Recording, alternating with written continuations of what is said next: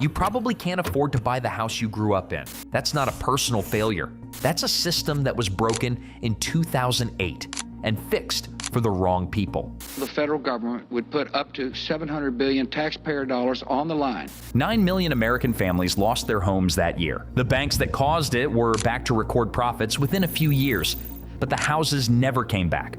Not the ones those families lost, and not the millions more that were supposed to be built for the buyers who came after them. You're still paying for that every month. Buying a home comes down to 3 things: a house that exists, a loan to pay for it, and a price you can actually reach. 2008 broke all 3, which is how a housing market can be called booming while you can't buy into it and can barely carry the rent. In the years before the crash, banks stopped holding the loans they made. They bundled thousands of mortgages together, had the rating agencies stamp them AAA, and sold them to investors around the world. The bank took its cut up front and handed the risk to someone down the line. So whether you could actually pay it back stopped being the bank's problem. Banks started handing out mortgages to almost anyone who would sign. No real proof of income, rates that started low enough to say yes to, then climbed once it was too late to get out. These were the subprime mortgages. Then the loans started failing, the securities built on top of them unraveled, and by September 2008, the whole system was weeks from freezing.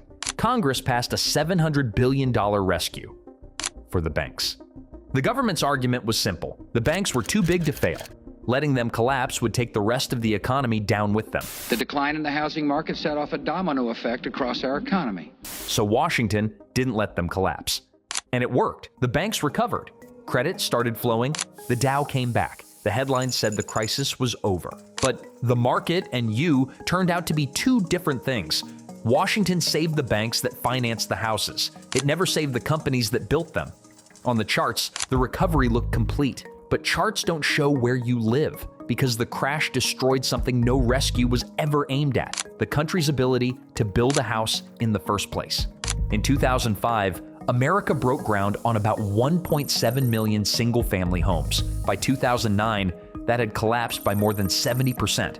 It hit bottom, and then it stayed down. Through the entire decade that followed, the country built an average of just 747,000 single-family homes a year. The 50-year norm is over a million. Roughly 1 in 3 home builders in America went bankrupt or shut down between 2007 and 2012. The ones hit hardest were the small local builders, the people who put up the modest, affordable houses that young families and lower-income buyers could actually afford. Take the name that invented the American suburb: Levitt and Sons. After World War II, Levitt built Levittown, more than 17,000 houses, the blueprint for the kind of affordable, mass-produced home a factory worker could buy on a single income. 2 years ago, this was farmland and forest. Levittown, now one of the 10 largest cities in Pennsylvania. For workers anywhere else in the world, this would be a miracle in itself. For decades, the Levitt name was the starter home. In November 2007, as the market turned, Levitt and Sons filed for bankruptcy. It stopped construction, laid off nearly 90% of its workers, and walked away from thousands of half-finished lots, leaving families who'd already put money down stranded in neighborhoods that would never be finished. The company that built the American dream of homeownership couldn't survive the crash that was supposed to make homes cheaper. And the builders that did survive stopped building cheap. They moved upmarket, bigger houses, bigger margins.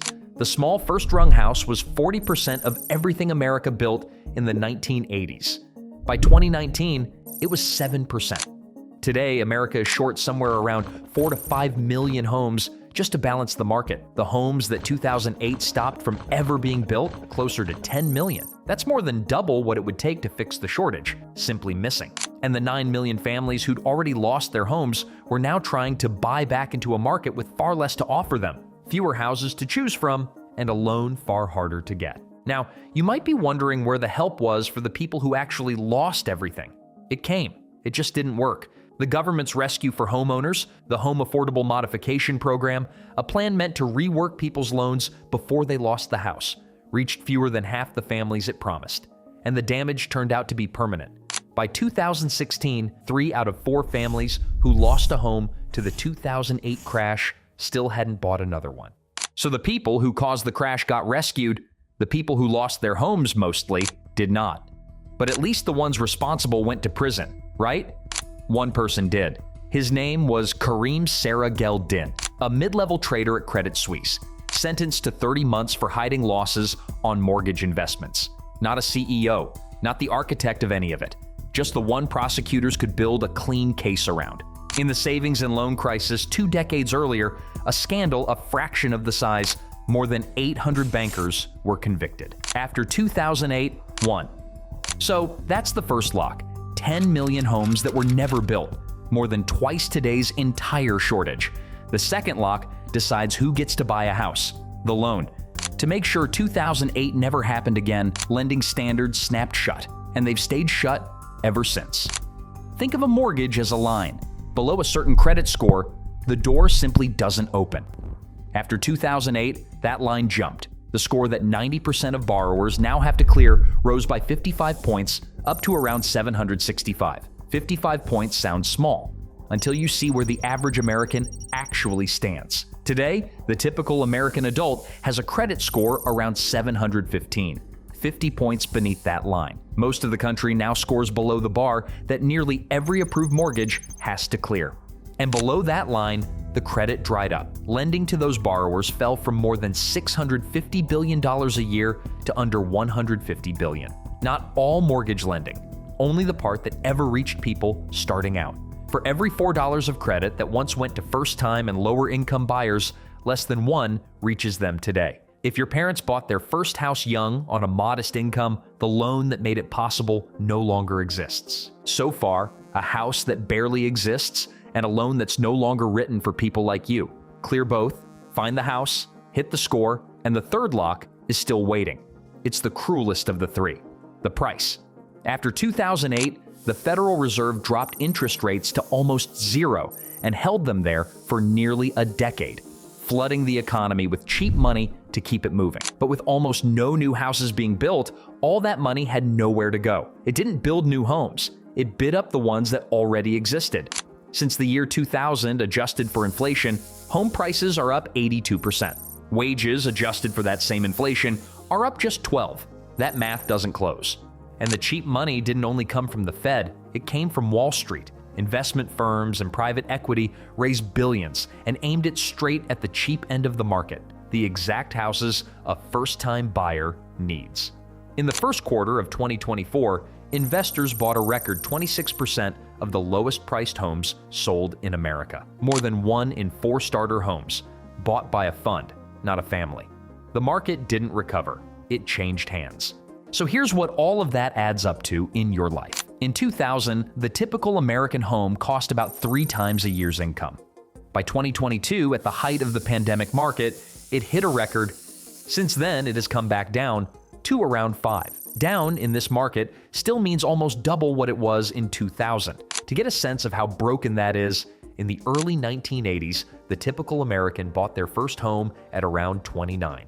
Buy at 29, and the house spends the next 30 years quietly building wealth for you. Today, the average first-time buyer is 40. 40 for a first home. That's 11 years of equity gone before you ever get the keys. For a typical American, it takes about 7 years to save the median down payment on a home today, nearly $78,000 in cash, which is why 2 out of 3 renters in America today say buying a home feels out of reach. And the 2 reasons they give most are the exact 2 locks 2008 installed: their credit score and the down payment. And here's the part that finds you even if you've stopped trying to buy. Everyone locked out of owning stays in the rental market. Every year the locks hold, the line for apartments gets longer. The renters who would have moved out into starter homes that were never built are still in that line, next to you bidding on the same lease. Today, half of all American renters spend more than 30% of their income on rent. Your rent isn't climbing because your landlord woke up greedier. It's climbing because 2008 burned down the exits and no one rebuilt them. That's the monthly payment on the crash. You make it whether you own or not.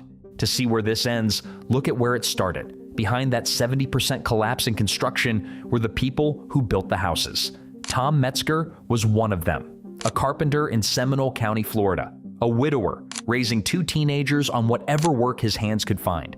When the builders went under, the work went with them. The paycheck stopped first, then the house. With the last $1,000 he had, Tom bought a used truck, and the truck became home. For him, his 15-year-old daughter Ariel, and his 13-year-old son. Their whole life fit into a few plastic bins. One of them held the tools of a builder with nothing left to build.